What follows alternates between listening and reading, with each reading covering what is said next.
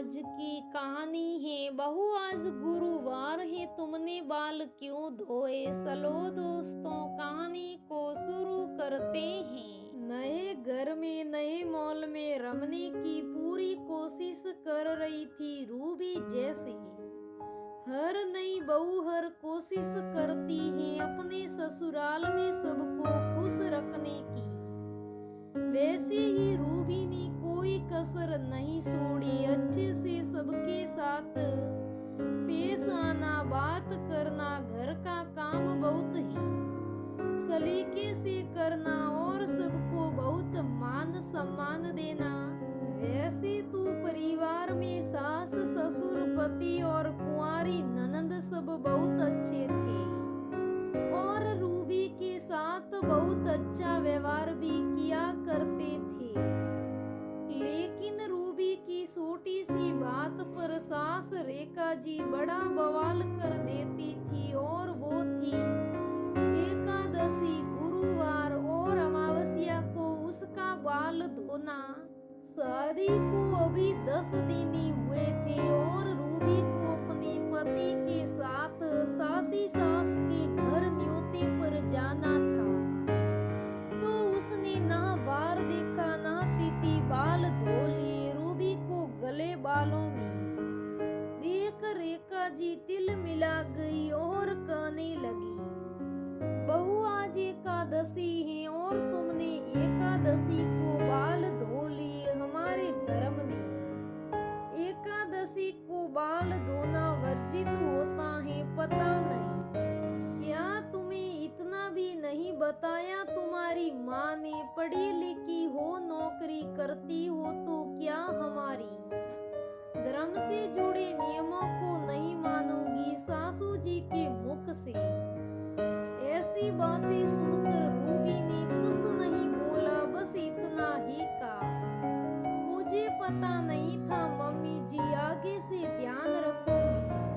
Ruby बड़े शहर की पढ़ी लिखी लड़की, ना उसकी माँ से ये सब मानती थी और नहीं पहले उसने ये सब सुना था। आश्चर्य भी हुआ, लेकिन सासू माँ को कुछ बोलना उचित नहीं समझा उसने, क्योंकि वह उनके दिल में अपनी जगह बनाना चाहती थी। अपने बेटे करण के लिए पसंद नहीं थी रूबी उन्हें, क्योंकि रूबी करण के साथ ही नौकरी करती थी और रेखा जी एक घरेलू लड़की से अपनी बेटे की शादी कराना चाहती थी। करण रूबी को बहुत ज्यादा पसंद करता था। उसने हर संभव प्रयास कर अपने माताजी पिताजी को मना लिया और आए रूबी को अपने घर दुल्हन बनाकर ले आया।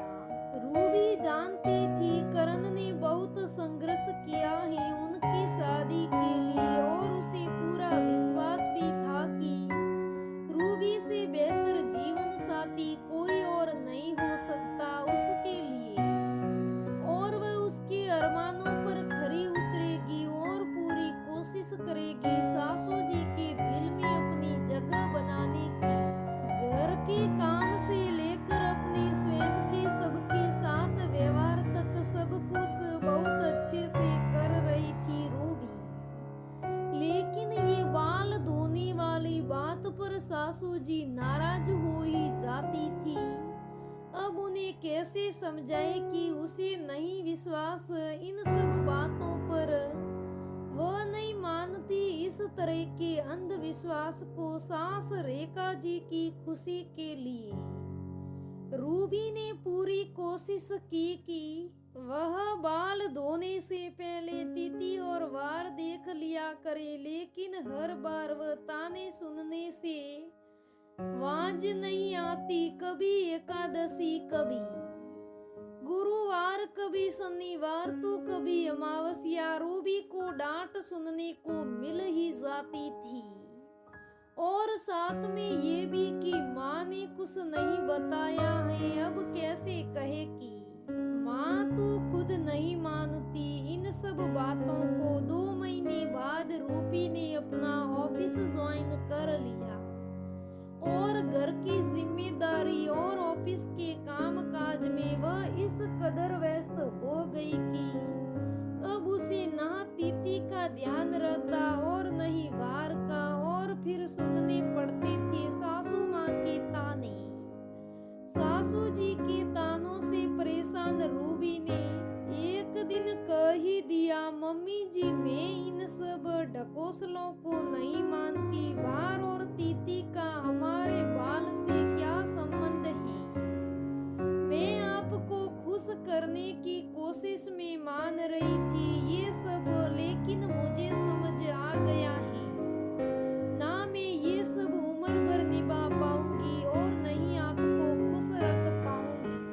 मुझे ऑफिस के लिए देर हो रही है। उम्मीद है और विनती भी कि आज के बाद इन सब ढकोसलों को लेकर अब कोई सीन नहीं बनाओगी आप। इतना कहकर रूबी को अपने ऑफिस के लिए निकल गई। लेकिन रेखा जी गुस्से से आग बबूल होने लगी और सोचने लगी, आने दो करण को, ऐसी लड़की लेकर आया है। मना किया था ना करे, बड़े घर की नौकरी पेशा लड़की से विवाह नहीं समझ पाओगी हमारे रीति रिवाजों और नियमों को। लेकिन वो क्यों मानेगा मेरी बात। उसके सिर पर तो इश्क का भूत जो सवार था। दोपहर तक रेखा जी का गुस्सा शांत होने लगा और रूबी के सारे गुण उन्हें साफ नजर आने लगे। वह सोचने लगी, इतनी पढ़ी लिखी लड़की है, कितना कमाती है, लेकिन घमंड नाम की चीज नहीं, उसमें कितना मान देती है सबको। और सिर्फ मेरी खुशी के लिए वो सब भी करने की कोशिश की जो उसका दिल नहीं मानता। और अपनी बात को बिना लड़े कितने सहज तरीके से बोल गई। साथी तो शुरू में ही मना कर देती। इतने गुण हैं उसके अंदर महज इस बात के लिए कि वह बिना तीती और वार देखे बाल धो लेती हैं।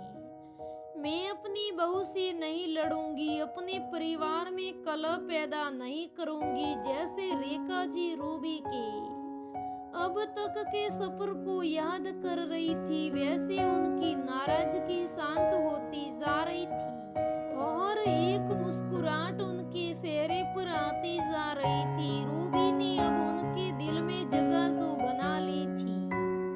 दोस्तों, शादी के बाद हर लड़की को आज भी बहुत से घरों में सासू माँ की नाराजगी इन सब बातों में देखने के लिए मिलती है। मुझे भी शुरू में बहुत डांट पड़ा करती थी और कभी कभार अब भी पड़ जाती है। आपके साथ भी ऐसा कभी हुआ है तो आप मुझे कमेंट करके जरूर बताना। आप भी मेरी तरह आज भी उलझी हुई हैं इस तीतीवार के जाल में, या मना कर दिया रूबी की तरह इन सब बातों को मानने के लिए।